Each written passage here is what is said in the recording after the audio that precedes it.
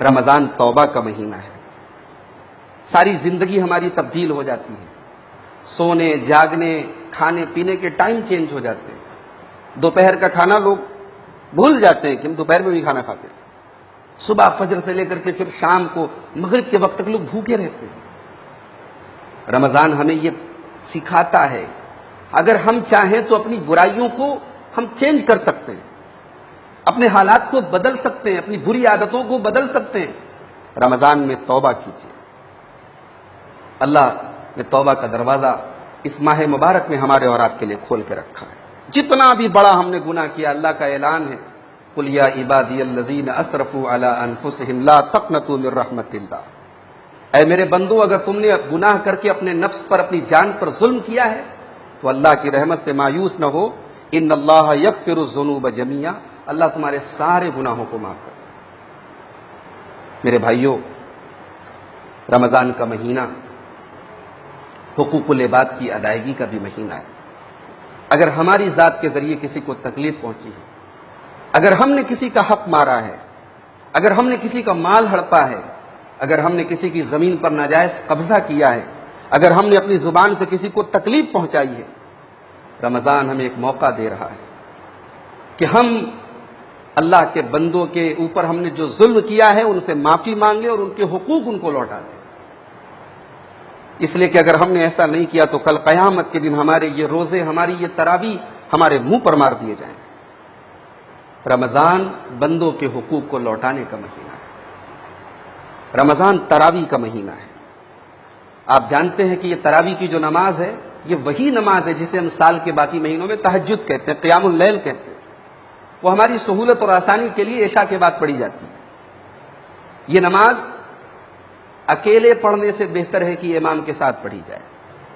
اللہ کے نبی فرماتے ہیں من صلی مع الامام حتی ینصرف, جو امام کے ساتھ تراویح کی نماز پڑھے, قیام اللیل کرے یہاں تک کہ امام مکمل کر دے نماز, کتب لہ قیام لیلۃ, پوری رات اس کو قیام اللیل کا ثواب ملتا ہے. آپ نے آدھا گھنٹہ پڑھا, آپ نے 1 گھنٹہ پڑھا, ثواب آپ کو پوری رات پڑھنے کا. ہمارے لیے ایک اچھا موقع ہے. مسجدوں لاک ڈاؤن کی وجہ سے مسجدوں میں تراویح نہیں ہو پائے گی. اپنے گھروں میں اپنی فیملی کے ساتھ, اپنے بچوں کے ساتھ, اپنی خواتین کے ساتھ ہم تراویح کا اہتمام کریں. اور اس موقع پر ہمیں احساس ہو رہا ہے کہ ہمارے گھر میں کم سے کم ایک حافظ قرآن کا ہونا کتنا ضروری ہے. اگر اللہ نے ہمیں اولاد کی نعمت سے نوازا ہے, اگر ہمارے 4-5 بیٹے, تو کم سے کم ایک بیٹا تو ہمارا حافظ قرآن ہونا چاہیے. اس موقع پر اس چیز کی اہمیت سمجھ میں آ رہی ہے. ٹھیک ہے, اجازت ہے, دلائل سے ثابت ہے کہ ہم قرآن لے کر کے بھی تراویح پڑھ سکتے ہیں, مگر ظاہر سی بات ہے وہ ایک مجبوری کی سچویشن ہے, وہ حل نہیں ہے. حل یہی ہے, اور صحیح پوچھیے تو تراویح کی جو اصل لذت ہے وہ یہی ہے کہ ایک حافظ قرآن تراویح پڑھائے. لیکن بہرحال ان حالات میں جو ہمارے لیے مصیبت ہے, ہمیں اپنے لیے ان حالات کو ایک موقع بھی سمجھنا چاہیے کہ چلو اللہ نے اپنے گھر کو ہمیں مسجد بنانے کا ایک موقع دیا. اپنے گھروں میں پابندی سے اپنے بچوں کے ساتھ نماز کا بھی اہتمام کیجیے اور تراویح کا بھی اہتمام کیجیے. اور اللہ کے واسطے رمضان میں ٹائم, ایک منٹ کی قیمت کو سمجھیں. ایام معدودات ہیں, یہ گنتی کے چند دن ہیں جو اللہ نے ہمیں دیے. ہمارے بچے لاک ڈاؤن میں ویڈیو گیم کھیل رہے ہیں موبائلوں کے اوپر, گندی تصویریں دیکھ رہے ہیں, PUBG گیم کھیل رہے ہیں.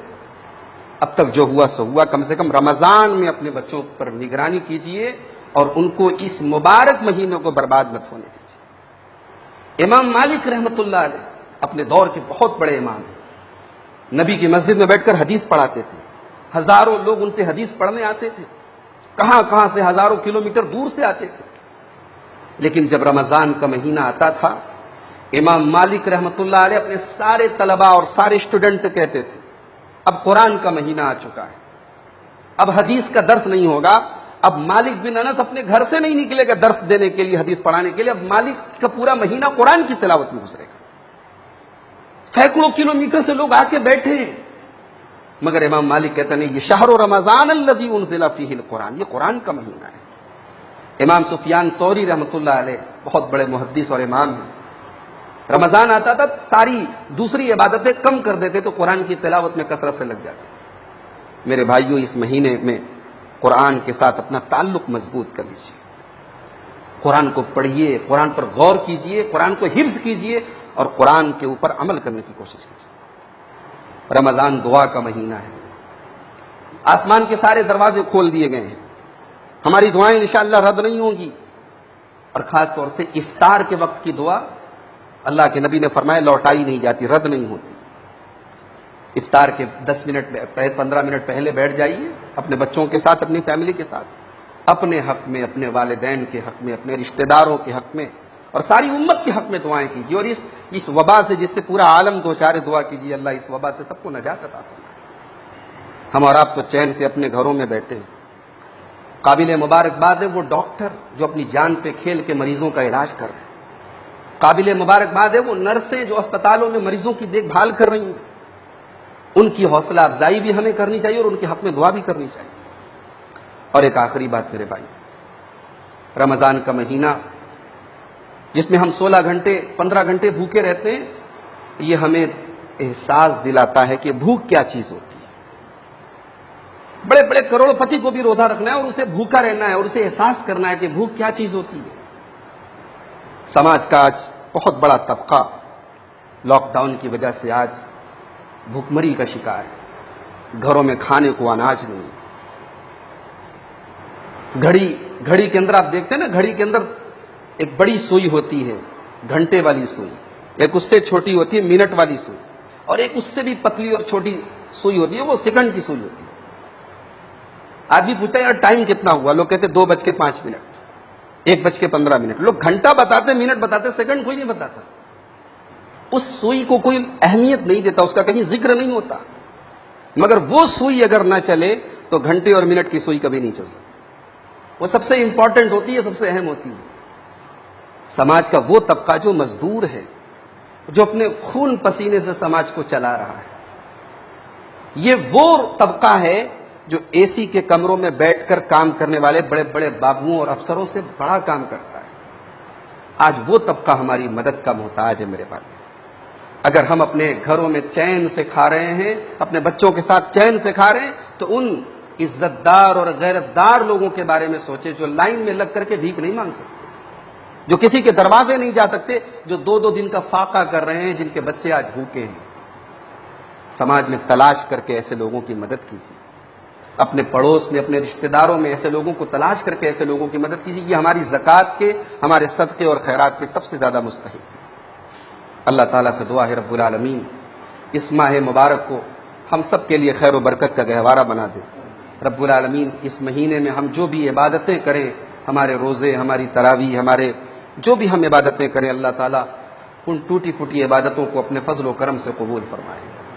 یا اللہ جو ہم میں سے اس مہلک وبا سے دوچار ہو کر کے دنیا سے جا چکے ہیں، اے اللہ ان تمام اہل ایمان کو شہادت کا درجہ نصیب فرما، اور اے اللہ ہم جو اب تک باقی ہیں تو ہم سب کی حفاظت فرما۔ اے اللہ ہماری مسجدوں کی رونق لوٹا دے، اے اللہ ہماری مسجدوں میں پھر سے ہمیں پابندی کے ساتھ ایسا ماحول اور ایسا سکون عطا فرما کہ ہم پھر سے اہتمام کے ساتھ رمضان میں نمازیں ادا کر سکیں۔ رب العالمین تو غریب اور مجبور لوگوں کی مدد فرما۔